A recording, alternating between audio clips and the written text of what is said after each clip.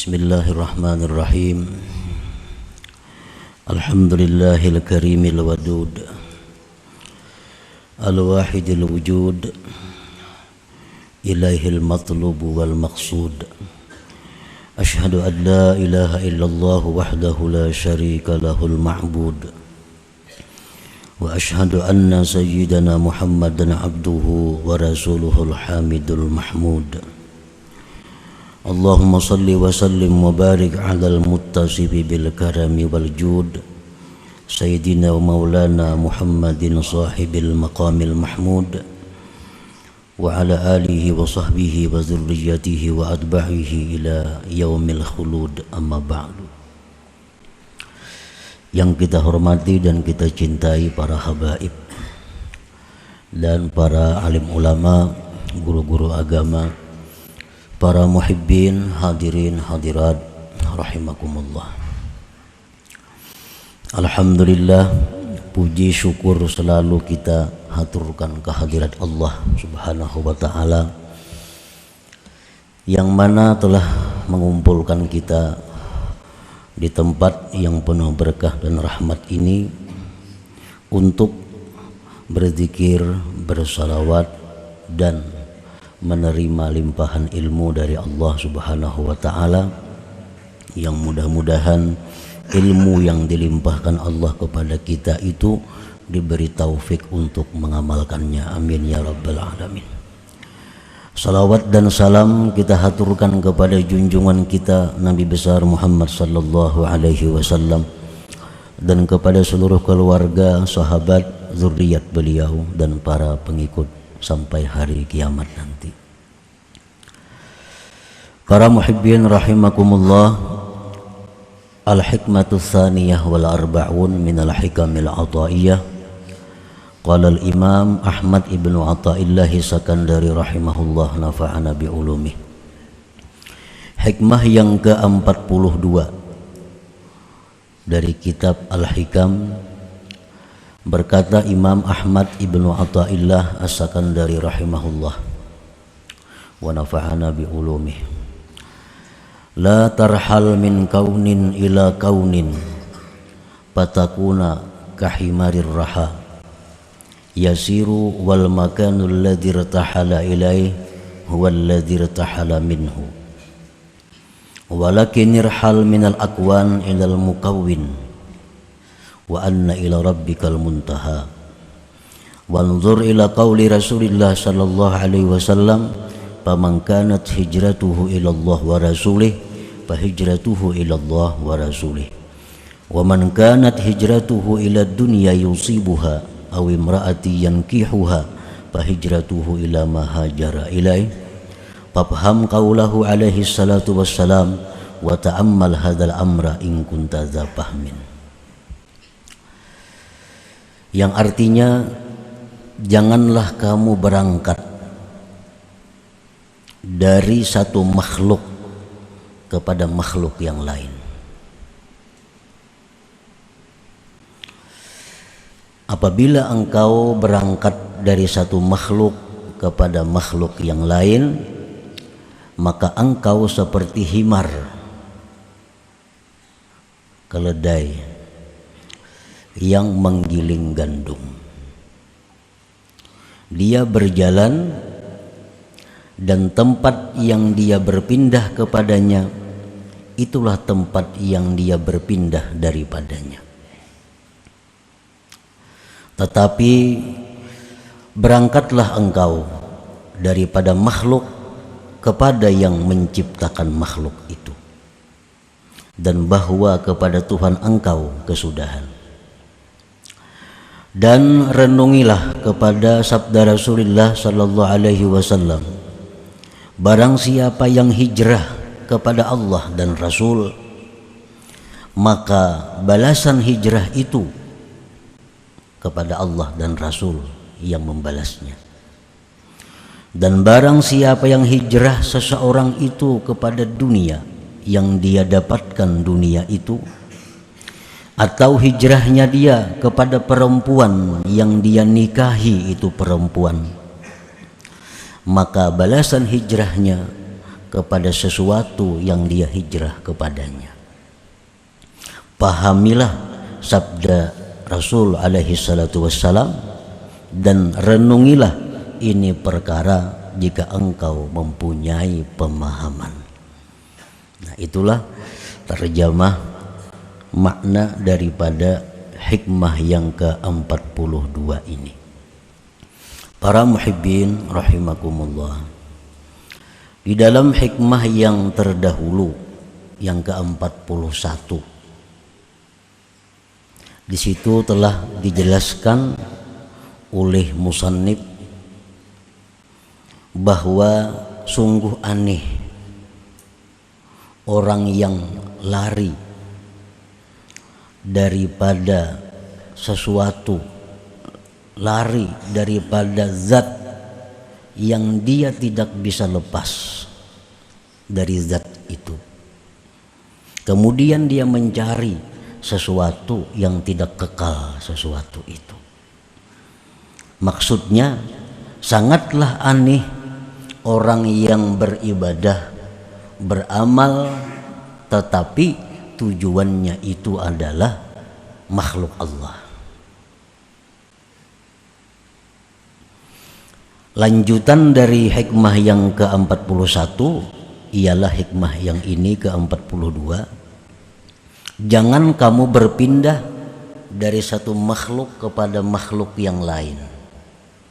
Kalau kita beramal karena manusia, kalau kita beramal ingin mendapatkan kedudukan, kita beribadah ingin dimuliakan oleh manusia, berarti kita mengharapkan makhluk.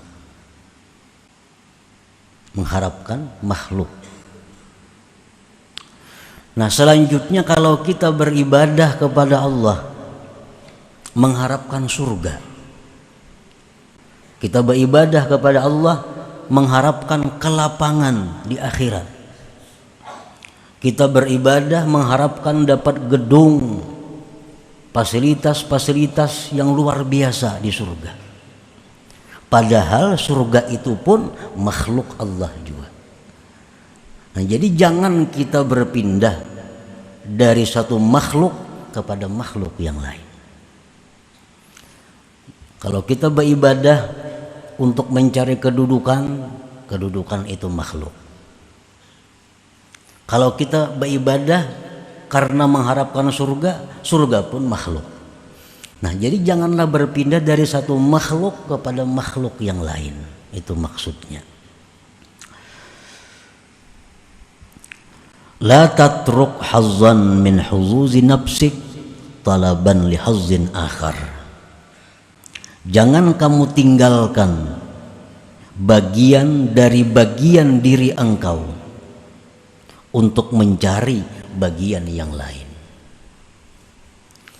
Nah, artinya jangan kita sudah merasa puas bahwa kita sudah kawa beribadah itu bukan karena manusia. Sekarang kita beribadah sudah mengharapkan surga. Jangan merasa puas demikian, karena itu masih belum pas. Karena sama-sama makhluk. Manusia ya makhluk juga, surga ya makhluk juga. Nah, la tarhal min kaun ila kaun. Janganlah berpindah dari makhluk kepada makhluk.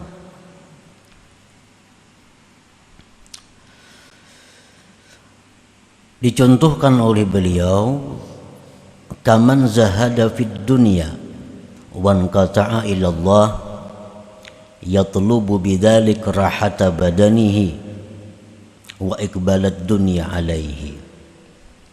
Seperti orang yang zuhud pada dunia dan dia beribadah kepada Allah, menuntut dengan demikian itu kelapangan badannya dan menghadapnya dunia atasnya. Orang ini berusaha sudah jauh dikuranginya, kalau perlu berusaha diampihinya. Tujuannya hanya melulu beribadah kepada Allah. melulu ibadah kepada Allah.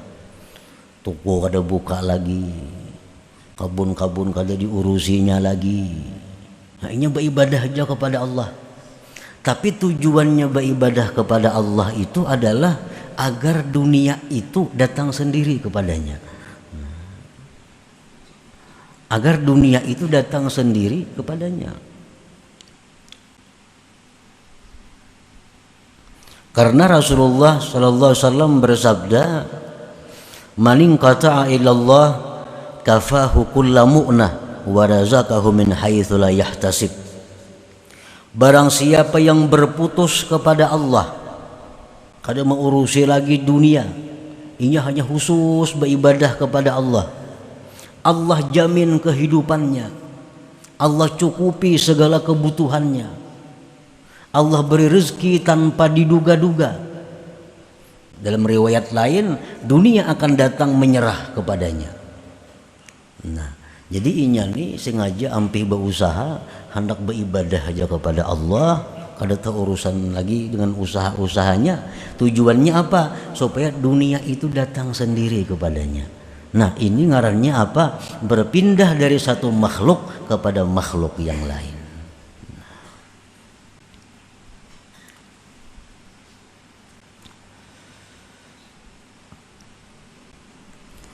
Wa kaman amila bi ta'atillahi ta'ala wa talaba bihal karamat awil hura wal qusura fil jannah. Seperti orang yang beramal taat kepada Allah dan dia menuntut dengannya itu taat karamat, beribadah kepada Allah, tapi tujuannya apa? Supaya diberi Allah karamat. Atau tujuannya mendapatkan bidadari di surga, atau tujuannya mendapatkan gedung-gedung di surga. Nah, bila beribadah kita seperti demikian tujuannya, maka ibadah kita tujuannya adalah kepada makhluk. Tujuan ibadah kita kepada makhluk. Walakin i'mal bi ta'atillah adaan li haqqillahi ta'ala wa talaban li ridha. Tetapi hendaklah engkau beramal itu dengan taat kepada Allah tadi, menunaikan hak Allah subhanahu wa ta'ala dan menuntut keridhaannya. Nah, itu mestinya yang kita harapkan dari ibadah kita. Kita sembahyang, kita puasa, kita bersedekah, kita menuntut ilmu, kita berzikir, itu menunaikan hak Allah dan mencari keridhaan Allah. Nah, itu nang dituntut, itu nang bujur. Wa illa, jika tidak demikian, kita beribadah kepada Allah agar kita selamat dari neraka, kita beribadah kepada Allah agar mati masuk surga, fa antakal himar, engkau seperti himar. Himar nang menggiling gandum itunya selalu berjalan, tapi jalan di tempat. Nah, orang yang beribadah tujuannya untuk mencapai kesenangan diri sendiri, sama dengan himar tadi. Artinya ibadahnya itu jalan di tempat, kada akan sampai kepada Allah subhanahu wa ta'ala.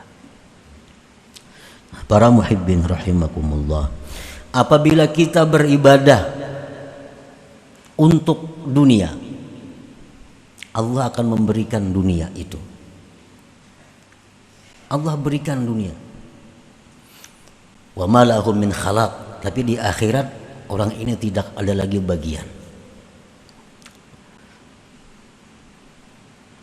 Makanya kita melihat ada orang-orang yang mengamalkan ini untuk kekayaan, akhirnya dia kaya. Orang yang melampahkan ini untuk jagau, akhirnya jadi orang jagau. Orang melampahkan ini supaya orang ketujuh lawan inya, akhirnya orang ketujuh lawan inya. Nah, apa yang kita niatkan dengan amal itu Allah beri. Orang yang beribadah kepada Allah untuk selamat neraka, orang yang beribadah kepada Allah agar dia masuk surga, Allah berikan. ia mati selamat dari neraka dan masuk surga. Orang yang beribadah kepada Allah dengan tujuan mencapai keridaan Allah, Allah berikan pula keridaan Allah ini. Nah, jadi selaku manusia kita dituntut bahwa apabila beribadah kepada Allah itu jangan seperti nomor 1, jangan seperti nomor 2, seperti nomor 3. Ini yang dituntut. Beribadah itu menunaikan hak Allah dan mencari keridaan Allah. Para muhibbin rahimakumullah, paman kanat hijratuhu minal lagwi wal lahwi wal la'ib ilal ibadati wat ta'ah wa minal jahli ilal ilm qasidan bihijratihil wusula ila ridha'illah wa rasulih fahijratuhu musilatun ila ridhahuma. Barang siapa yang hijrah ini artinya berpindah dari yang sia-sia, berpindah daripada permainan-permainan, berpindah dari urusan-urusan dunia, berpindah kepada ibadah dan taat, berpindah dari jahil kebodohan kepada ilmu. Tujuan dengan berpindahnya itu adalah sampai kepada keridaan Allah dan Rasul. Maka berpindahnya itu menyampaikan kepada ridha Allah dan Rasul. Bila kita nih beribadah, tujuan kita supaya Allah ridha. Allah ridha kepada kita. Tujuan kita beribadah supaya kita ini dicintai Allah. Allah cinta kepada kita. Wa man kanat hijratuhu min dzalik ila dzalik qasidan ghaira dzalik faqad khaba qasduhu mas'ah wa ghayatu hijratihi ma hajara ilaih. Barang siapa yang pindah dari urusan dunia kepada perkara ibadah, tujuannya tidak mencapai ridha Allah, maka sungguh rugi tujuannya dan rugilah usaha perjalanannya itu. Dan kesudahan pindahnya itu adalah sesuatu yang dia pindah kepadanya. Nah, para muhibbin rahimakumullah, di zaman Rasulullah SAW itu ada masa di mana diwajibkan orang muslim mukmin yang di kota Mekah itu hijrah ke Madinah. Ada masanya waktu itu. Lalu sahabat-sahabat ini ada yang hijrah ke Madinah itu semata-mata karena Allah, karena mencapai keridhaan Allah, seperti Abu Bakar Siddiq radhiyallahu anhu, seperti Sayyidina Umar, Sayyidina Ali, Sayyidina Utsman. Ini orang-orang yang hijrah ke Madinah untuk mencari keridhaan Allah dan Rasul. Apa yang mereka dapatkan? Radhiyallahu anhum, Allah ridha kepada mereka. Nah, ada di antara sahabat Nabi yang di Mekah ini, dia hijrah ke Madinah karena dia melihat di Madinah itu ada peluang bisnis yang bagus. Wah, ini orang pengen rame hijrah ke sana, aku baik hijrah sambil berusaha. Hijrah ke Madinah, membuka usaha di Madinah, kaya, sugih. Sugih itulah balasannya. Habis sampai di situ. Ada di antara sahabat Nabi ini yang hijrah ke Madinah karena tunangan hijrah. Ini tunangan hijrah ke Madinah. Hijrah tunangan boleh jam kada hijrah putus sampai di sini kita. Wa ilam ra'atin yankihuha. Mau kada mau si laki-laki hijrah juga ke Madinah. Sampai di Madinah kawin. Kawin itulah balasannya. Habis itu kada ada lagi. Hijratuhu ila ma hajara ilaih. Jadi ibadah yang kita lakukan untuk apa kita dapatkan tergantung tujuan kita. Orang mengamalkan la ilaha illallah 100.000 kali, tujuannya hendak jadi orang sugih, dilampahkannya jadi orang sugih. Allah akan memberi itu. Fal amalu ala talabil jaza wad darajat au nailil maratibil aliyati wal maqamat nuqsanun wa syaubun bi ikhlasil a'mal. Beramal untuk mencari balasan, mencari derajat, mencapai martabat tinggi dan kedudukan, itu adalah kurang dalam ikhlasnya amal. Ikhlasnya amal. Kalau kita beramal supaya ke surga, kita beramal supaya terhindar dari neraka, ini oleh para ulama disebut ikhlas juga, tapi kurang ikhlasnya. Kurang ikhlasnya. Nah, orang-orang yang beribadah kepada Allah tujuannya ini surga, tujuannya bidadari, tujuannya menikmati segala macam fasilitas surga. Dia beramal karena itu, mati masuk surga. Tapi di dalam surga dia tidak akan bisa melihat Allah Subhanahu wa taala. Tidak akan bisa melihat Allah. Karena orang-orang yang melihat Allah di dalam surga itu orang yang sudah mulai di dalam dunia ini menginginkan itu. Jadi di surga itu ada orang pengumuman bahwa Allah bertajalli, wahai penghuni surga, siapa hendak bertemu Tuhan, silahkan bertemu Tuhan. Nah, orang kesanaan sekali, ini kada tahu urusannya memakan gawiannya, bidadari di sekelilingnya. Padahal bertemu Allah itu adalah merupakan puncak segala kenikmatan yang ada di dalam surga itu. Wal amalu li wafa'i huquqil ubudiyah wa qiyami huquqir rububiyah min ghairi iltifatin ila nafsi huwa ikhlasul muqarrabin. Beramal ibadat untuk menunaikan hak kehambaan, melaksanakan hak ketuhanan tanpa memandang kepada dirinya, itulah yang dinamakan ikhlas muqarrabin. Nah, para muhibbin rahimakumullah, padahal andai kata kita beribadah kepada Allah, sembahyang contohnya, tujuan kita dengan sembahyang itu adalah keridhaan Allah.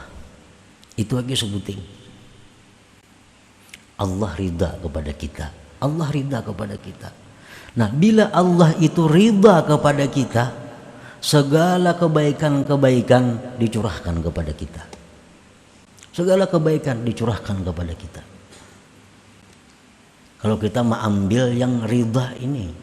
Nah, jadi alangkah ruginya kalau kita beribadah karena makhluk, beribadah karena mengharap surga. Karena bila dua itu kita kada dapat keridhaan Allah. Bila kita beribadah ini karena ridha Allah, kedua-duanya kita dapatkan. Dunia otomatis dapat, surga otomatis dapat. Makanya tadi dicontohkan oleh beliau, orang yang beribadah karena dunia, orang beribadah karena surga, itu kal himar, seperti himar. Himar itu pintarlah. Al himar, seperti himar. Para muhibbin rahimakumullah, man amila lillah wa billah nalal qurba minallah wastahaqqa bimartabati abdillah. Man amila lillah, barang siapa beramal, beribadah karena Allah. Ini beribadah ini mencari keridhaan Allah, yang lain kada tahu urusannya. Ini beramal itu kadang-kadang ada masuk huzuzun nafsi, ada masuk kepentingan diri. Ini yang merusak ikhlas. Bagaimana caranya kita mengetahui amal ini ada masuk kepentingan diri?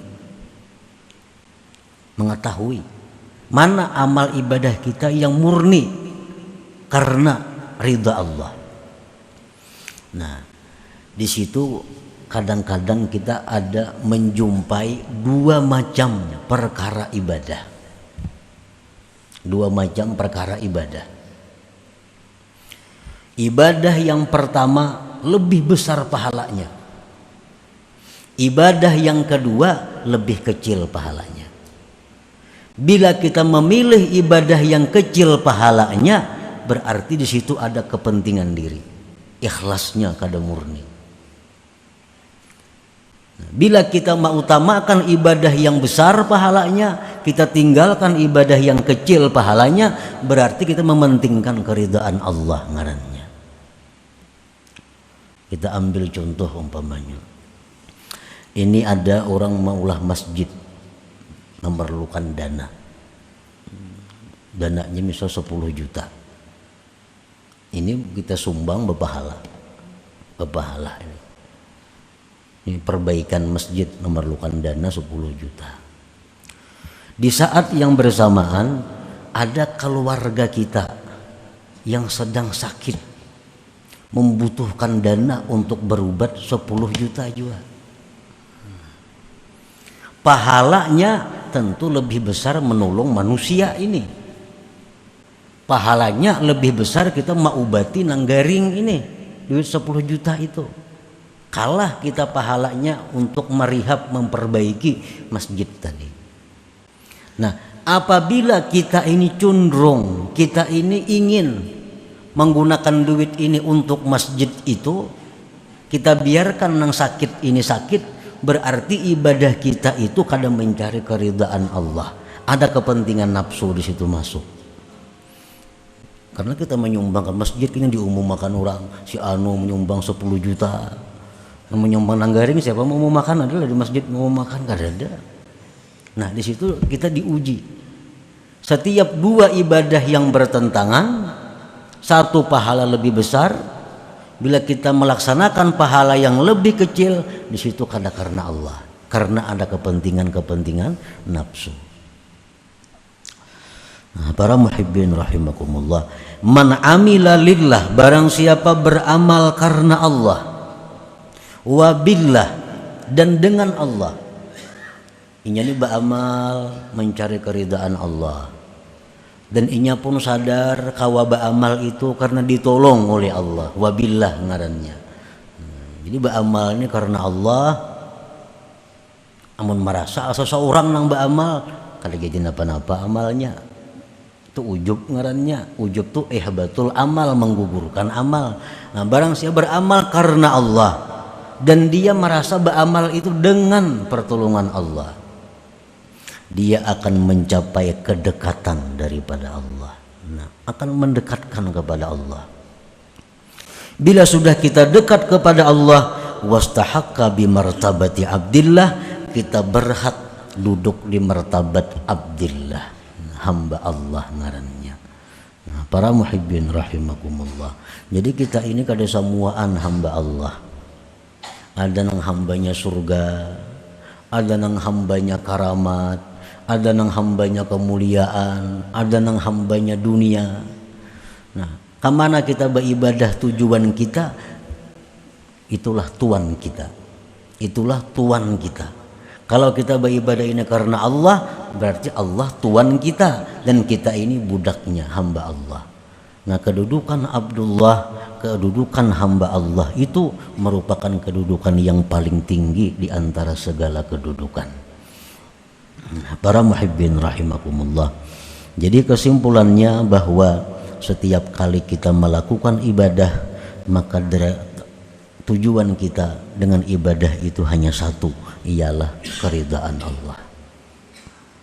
Bila demikian, seluruh yang kita butuhkan, seluruh apa yang kita perlukan akan dicukupi oleh Allah Subhanahu wa taala. Kita hendak bersedekah, sudah tujuannya mencari keridhaan Allah.